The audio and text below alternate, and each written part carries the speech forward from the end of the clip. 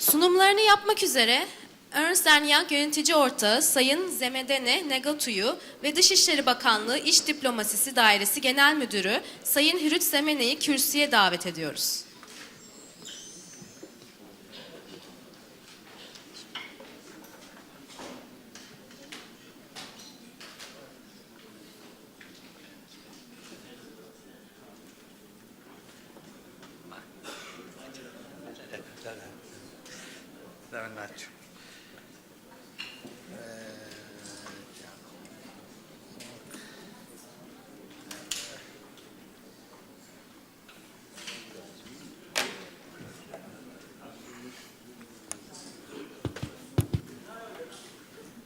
Does this work?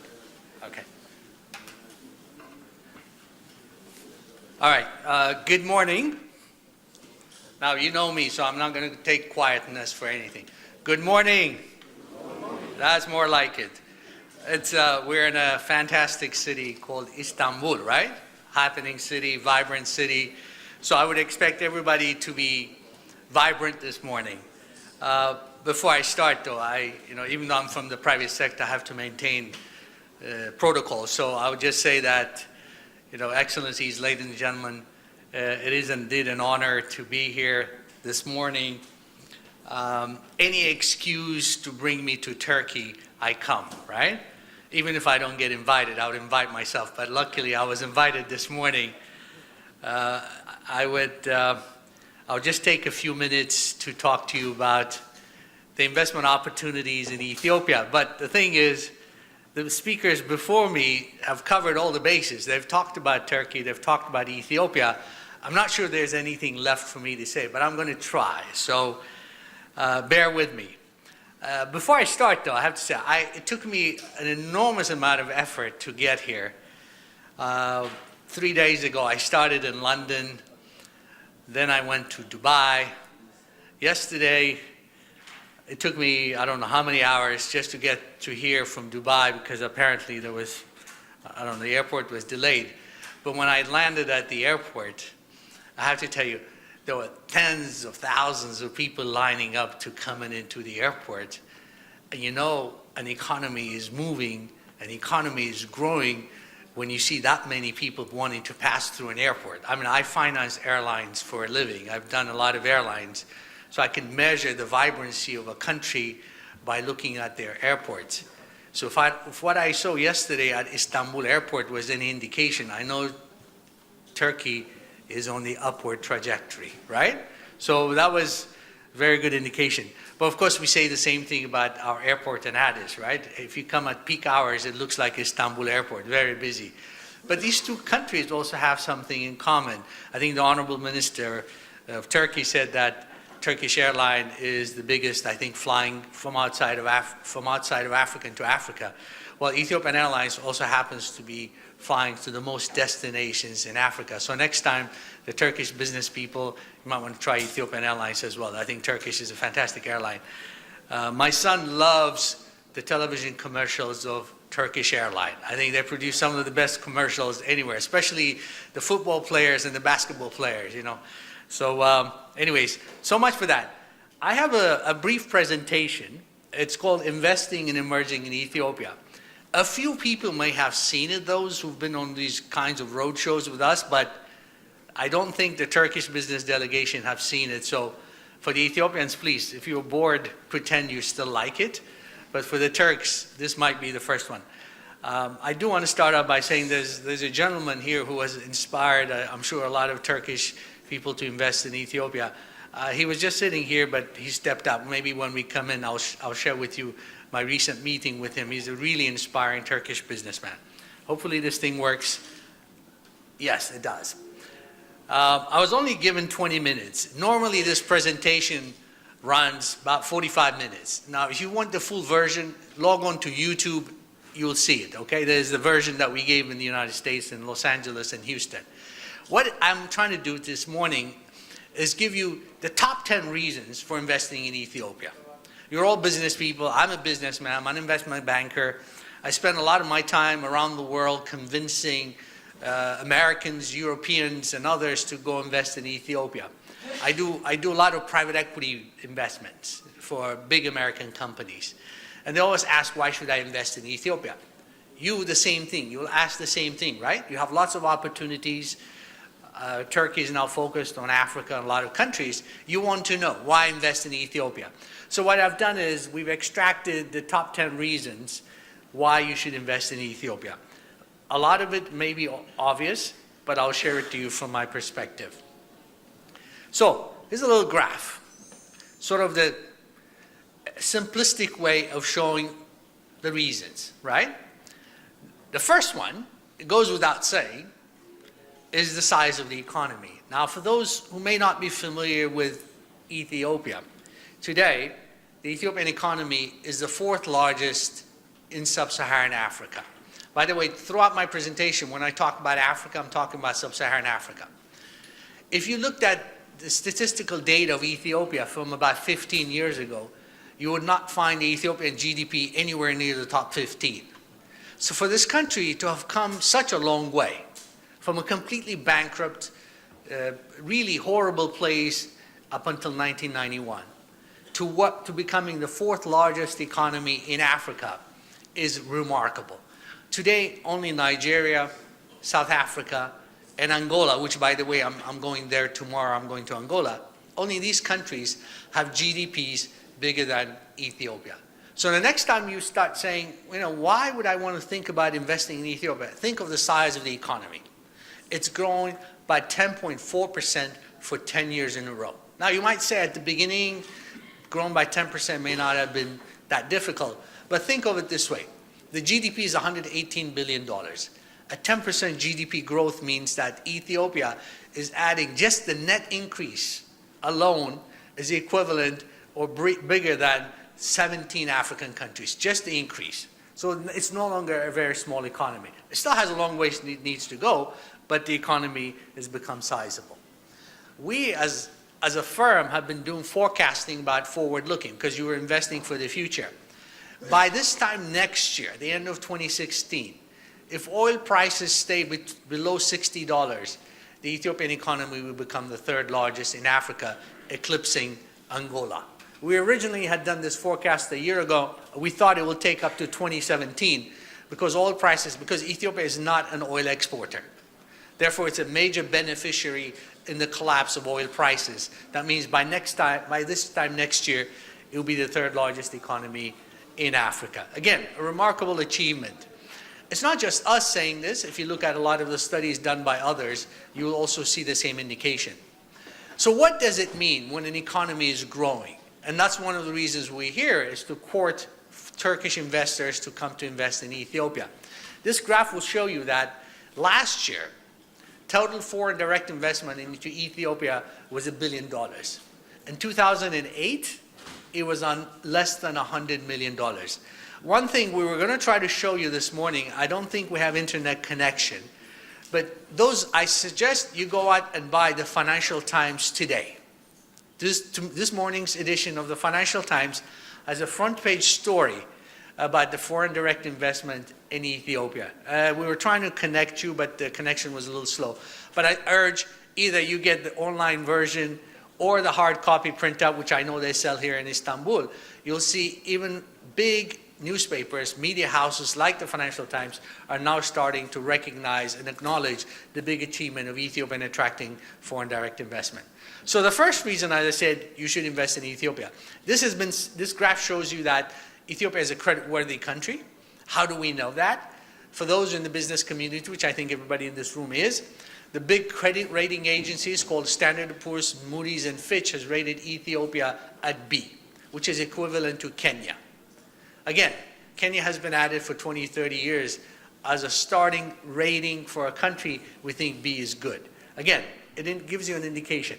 But also, when you invest in a country, you want to see balanced growth. I spent many years around the world. I grew up in the United States, and then later on I spent 6 years working in Brazil and Argentina and Latin American countries in the 1990s. One of the things we did as Americans going into Latin America is, if we don't feel like there is participation, broad-based participation by the public of the country, you should be very concerned. That means there is no political and social stability. In the case of Ethiopia, the growth figures I showed you earlier is being reflected in the distribution, fair and equitable distribution of wealth as measured by the reduction in poverty. Today, Ethiopia has one of the lowest levels of poverty in Africa, 29%. Only, now we can put it in quotation, it's 29%. In the context of Ethiopia, 94 million, that seems.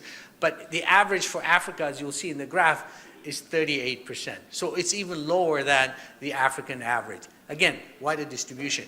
Income, again, as measured by what we call the Gini coefficient, which is a good measurement of wealth distribution, still shows that fair and balanced growth is being reflected in the economy. Education. We always asked, when I grew up in the United States, I always asked, and I was born in Ethiopia, growing up in the US, I said, how come the Americans and the Europeans continue to be wealthy countries? It's because they educate their people. One of the challenges in Africa today is we don't educate enough of our people. In the case of Ethiopia, education is made widely available. As you can see, for example, 20 years ago, there was only 2 public universities in Ethiopia. Today, there are 32. And by the next few years, there'll be more than 40. Again, education. You as an investor, that means we'll be getting highly educated workforce. Reason number 2, and I'll speed it up as we go along. Demographics. This is also touched on earlier. You see this graph is inverted. In some countries, it's the other way around. You have an aging population. In Ethiopia, 94 million people, very young. Very, very, very young. The median age is 20. That means there's a large labor pool that manufacturers can tap into. Investors and infrastructure can tap into. Very large. Some European countries. I always joke about the Italians because I'm married to an Italian. If you look at the Italian graph, it's inverted. They have an aging population. If you look at the Japanese or some other countries, that means they're having a very difficult time attracting workforce. Whereas in Ethiopia, you have a very young workforce. One of the things that I always find interesting is, okay, so we have a young population. Are they healthy? Are they living longer? You invest in your people, but if they drop dead very quickly, it won't do you any good, right? How do we measure that? Well, the average life expectancy in Ethiopia is 63. And just reflecting to myself, you see I have a little gray hair now. I didn't have any gray hair when I started coming to Ethiopia 16 years ago. At that time, the average life expectancy in Ethiopia was 42. At that time, I was 41. So I thought I would drop dead a year quicker. Now it's 63, so I have a few more years to live in Ethiopia. All joking aside, as an investor, this is a good indication. Look at some of these other countries. South Africa, which is always referred to as the most advanced economy in Africa, the average South African drops dead at 56. 7 years younger than Ethiopia. It should give you an indication that the wealth, the education, the healthcare system in Ethiopia is obviously delivering compared to even some of the supposedly. Angola is 52. 11 years younger, they drop dead. And Kenya, which is also usually referred to as one of the most advanced economies in East Africa, they die younger than the average Ethiopian. So as an investor, this should give you an indication that your workforce will be healthier, will be around longer than almost anywhere else in Africa. Reason number 3. As I said, when I was driving from the airport yesterday, I haven't been in Turkey in about 7 years, okay? So when I was driving through the airport, I see a lot of construction, lots of new buildings, even this morning coming from the hotel. That's a sign of a vibrant economy, rapid urbanization, new buildings coming up. Well, you see a lot of that in Ethiopia. Those of you who have been to Addis, we normally refer to as the construction capital of Africa. I think the Honorable Minister of Turkey earlier mentioned that one of your companies is actually building one of the major railways in Ethiopia. There aren't very many countries in Africa that are doing that. So urbanization is helping contribute to the growth of Ethiopia. Today it's one of the least urbanized countries, but our studies and many others will tell you that over the next several years, Addis and a lot of Ethiopian cities will be highly urbanized, which means it brings prosperity. It has its own challenges, but also brings in a lot of prosperity and change in lifestyle. So now when you come in and you're looking as an investor for places to invest, as any businessman, you want to minimize your costs, right? You don't want to invest in cities. As I said, tomorrow I'm going to be in Luanda, Angola, which was last year rated as the most expensive city on earth in Angola. The same study, you'll see here, has rated Addis Ababa, which is the capital city of Ethiopia, as one of the least expensive places to do business in Africa. So you as a businessman, you see urbanization happening rapidly, very good, you have lots of opportunities, but you also happen to be headquartered, if you set up your business in Addis, to be based in one of the least expensive cities in the world. This is an annual study done by a consulting firm called Mercer, very respected company. They put this out. Investors look at these things, but urbanization. One of the things also I see in Africa, I do deals every day in Africa, across the continent. There are one major city almost anywhere in Africa, and there's nothing else. Urbanization is not balanced. In the case of Ethiopia, studies that we've done or forecasts that we've done and others have done, you're going to see multiple urban centers throughout the country. Part of it, I suppose, is a result of the federal system that requires balance, but it's also natural growth. When you have 94 million people. One of the advantages the United States has always had is a big continent. You don't have just New York. You have LA, Houston. They've built urban infrastructure throughout the United States. I think the same model is starting to happen in Ethiopia, or will happen in the next few years. Reason number 4, and I think this is probably, I was told by the organizers, there are 2 sectors that is of most interest to the Turkish delegation here. One is manufacturing. Our forecast shows that over the next 10 years, by 2025, there will be 4 major manufacturing hubs in Africa. South Africa, Nigeria, Kenya, and obviously Ethiopia. There's lots of reasons why Ethiopia, you would never have considered Ethiopia 10 years ago as a manufacturing hub, but there are good reasons. There are lots of opportunities. I don't know if the owner of ICA Addis is here. Oh, there is the gentleman. This is the person I was looking for, okay? I have to tell you, he's a very inspiring man. I recently met him right after the president of Turkey was in Addis. So afterwards, we chit-chatted. I was so impressed, I tweeted about him. I don't know if you saw the tweet. We got a lot of retweets, by the way, okay? What impressed me is his determination, the size of his investment, right? And how one of the ways I measure the magnitude of investment is how much jobs it creates. So I was asking him, I said, how many people do you employ? And I think the minister said first 500, but he corrected himself to 8,000. He employs 8,000 Ethiopians. That is an amazing achievement. Not only are they 8,000, 80% of them are what? Women, right? So we should applaud this gentleman here. He's what I call a value-added investor, right? He's achieved a lot. I know recently he and I met again to discuss about his future plans and all. But he saw the opportunity. I asked him how long ago he came. He's been in Ethiopia longer than me, I think, but he's become more Ethiopian. But this is he saw the opportunity. He came early on, and he's done a fantastic job. Despite some challenges he may have once in a while, like anybody else, he's done a real. Follow him, talk to him, right? I mean, I know a lot of you, some of you have already invested, but this is why I think manufacturing will do well. Very affordable labor. Again, I like to use numbers. I'm a numbers guy. I'm a finance guy. So you see this graph where it says made in China? We picked that up from the cover of the American magazine called Business Week. They published this a few months ago. In fact, it came out the same week we were doing a roadshow like this in LA, in Los Angeles. Right below it, you may not see, those of you who are in the back, but right below it, they put made in China. Next to it says made in Ethiopia. This is the Americans are saying this is the trend they see. A lot of Turkish, a lot of Chinese, a lot of other investors now going to go into places like Ethiopia. We're in the post-China world now. China is going to grow by 6.5%, 7%. So the next time you think of manufacturing, think of Ethiopia. Labor cost, as you see, is one of the lowest in the world. I know it's a double-edged sword. You need to pay your people. But in China and other places, it costs $600 a month for manufacturing. In Ethiopia, I'm sure the ICA gentleman will tell you how much it costs them. It's a fraction of that. Okay? It makes you competitive. But the other thing is electricity. You have to make sure you have power, right? So, very quick graph, very simple illustration. You see the yellow bar here? You can barely see it. It's by design because it's so small. Electricity in Ethiopia is the cheapest on earth. I know the CEO of the power company, she's right here, she'll tell you more about it later on. I use this graph all the time. Last week I did an interview with the Financial Times in London, and this is the same graph we use. They're going to show the video this week, okay?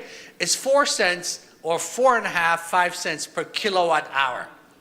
Across the border from Ethiopia and Kenya, it costs 3 times as much. So if labor is competitive, if electricity costs a third as it does in Kenya, I am sure, as much as we love our Kenyan brothers, the place you want to invest is in Ethiopia, right? So manufacturing, I think, would be a big winner. Yeah, there's a reason I show you this graph. I was going to show it to you in the front end, I normally do, but this time I wanted to show it to you. We have the most successful airline in Africa. It's not just me saying this as an Ethiopian, as a proud Ethiopians, but the numbers and the success tell you. There's a reason I tell you this, because transport and logistics is also very critical for anything you do in Africa in particular. I can tell you, in many African countries, you go from one country to another, it's a neighboring country, you first have to fly to Europe to get back to the next African country. You don't do that in Ethiopia. You fly daily almost everywhere on earth. But they also happen to have the largest cargo fleet of any airline in Africa. And last year, they made more money than all African airlines combined. That includes South Africa, Kenya. All of them combined did not make what Ethiopian Airlines made. This should give you an indication that, again, if you invest in Ethiopia, the transport and logistics. The road, the railways, enough has been said, but it's work in progress, of course. But by the time you invest there, I don't know if there's anybody here from the Railway Corporation of Ethiopia. No? Okay, there's enough. Okay. Today, and I'll be honest, and I think the icon gentleman will tell you, to ship goods from Addis to Djibouti may take you 3 days, right? Or 4 days. Let's be generous. At this time next year, it will take you 10 hours. You know why? The railway from Addis to Djibouti will be completed in 2016. So imagine, when you put together your business plan, transport logistics is one of the things you look for, right? So you don't plan because it takes 4 days today. You plan when it takes 10 hours to deliver it. That's the kind of thing that we see. That is one of the things that will give you competitive advantages for you manufacture any business that you have. Just a small thing here before I go to the next slide. A lot of you have been told Ethiopia is a landlocked country, right? Right? Is that a fair statement, right? But that's form over substance. That's technicality. The reason I say that is, today, the largest merchant fleet on the African continent is owned by Ethiopia. The ships just happen to be docked in the port of Djibouti. Even South Africa doesn't have a merchant fleet to match Ethiopia, and they have a huge coastline of their own. So when the people tell you Ethiopia is landlocked, you say, yeah, we know about it, it's on the map. But from a business perspective, it shouldn't make any difference to you, because you have a very reliable merchant fleet based in Djibouti owned by Ethiopia. Fifth, infrastructure. I only want to show you one graph simply because we've done the forecast. We've benchmarked the infrastructural needs of Ethiopia to many other emerging economies. And we believe over the next 15 to 20 years, there'll be about $100 billion worth of infrastructural needs and opportunities. Now, will all of them happen? Perhaps not, but that gives you an indication. Power, I'll skip these graphs. When the CEO of the power company is not in the audience, usually I use this graph as well, but she'll cover this in her presentations. Enormous opportunities in the power sector. Everybody asks about that. Again, I'll skip this, except to say the World Bank has done a study that says that by 2023, Ethiopia will be the largest exporter of electricity in Africa. $1 billion a year. Again, it's a remarkable achievement when you think that. I wouldn't mention the country I was in. About a month ago, I gave a speech in West Africa. Let's call it a big country. Let's call it big, not mentioning it. We're having a conference in a place like this, beautiful place, in a hotel, 5-star hotel. I was there 2 days.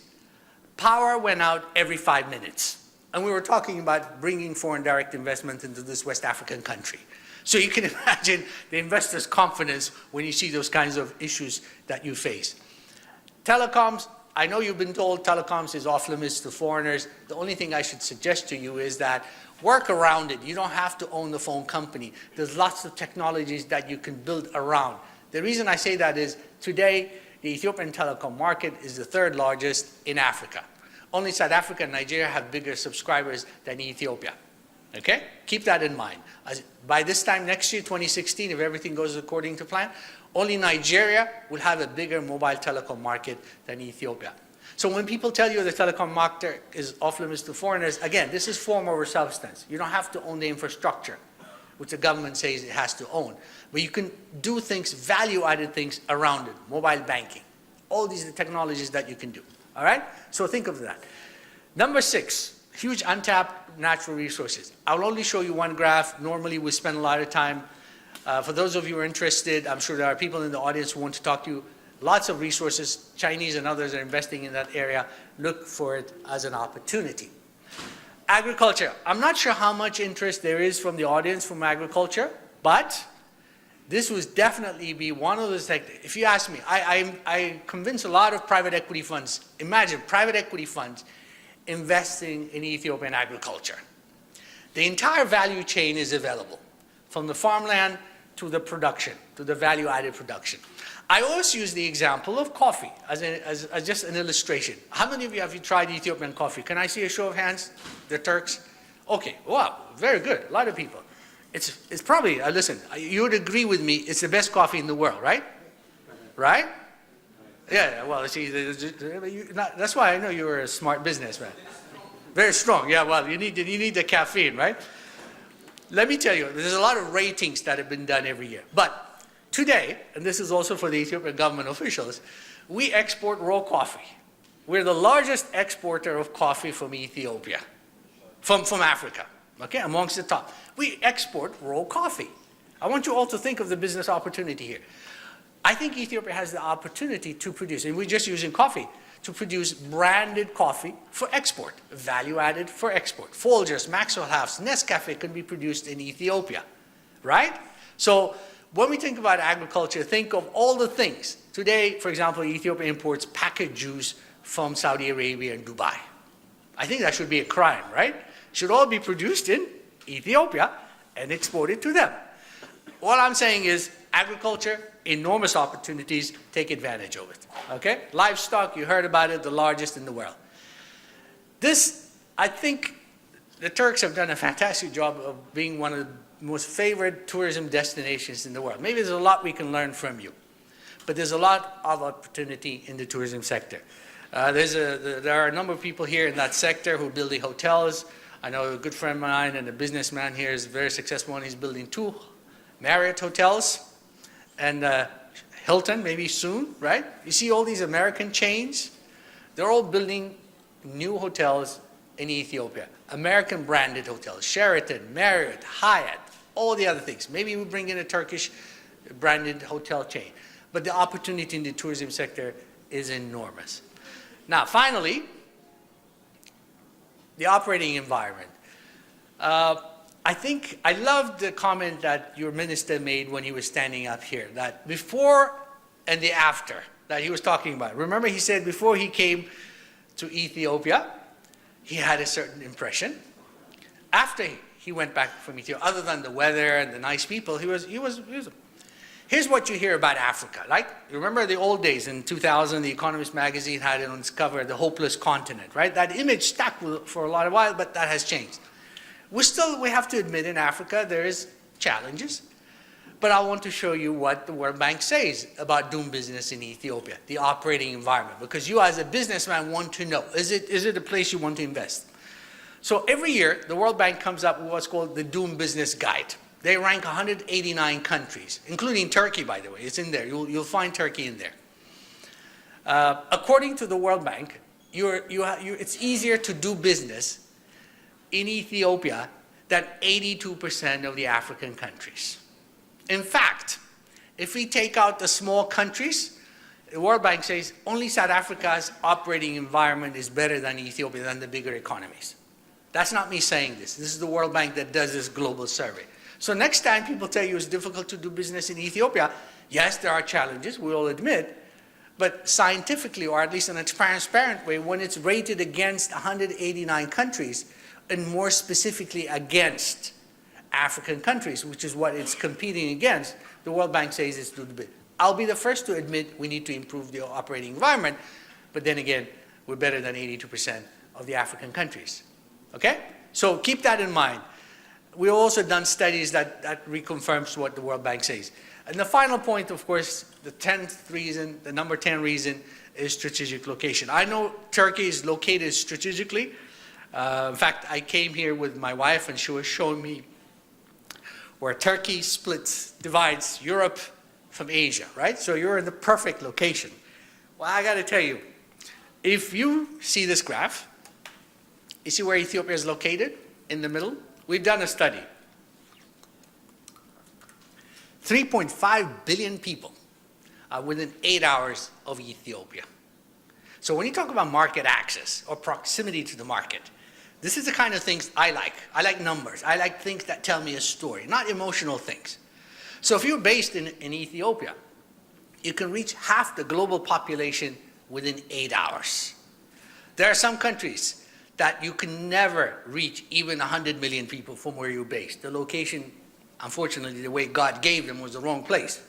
I know one country which is at the bottom of the world, which is having a difficult time trading with the rest of the world.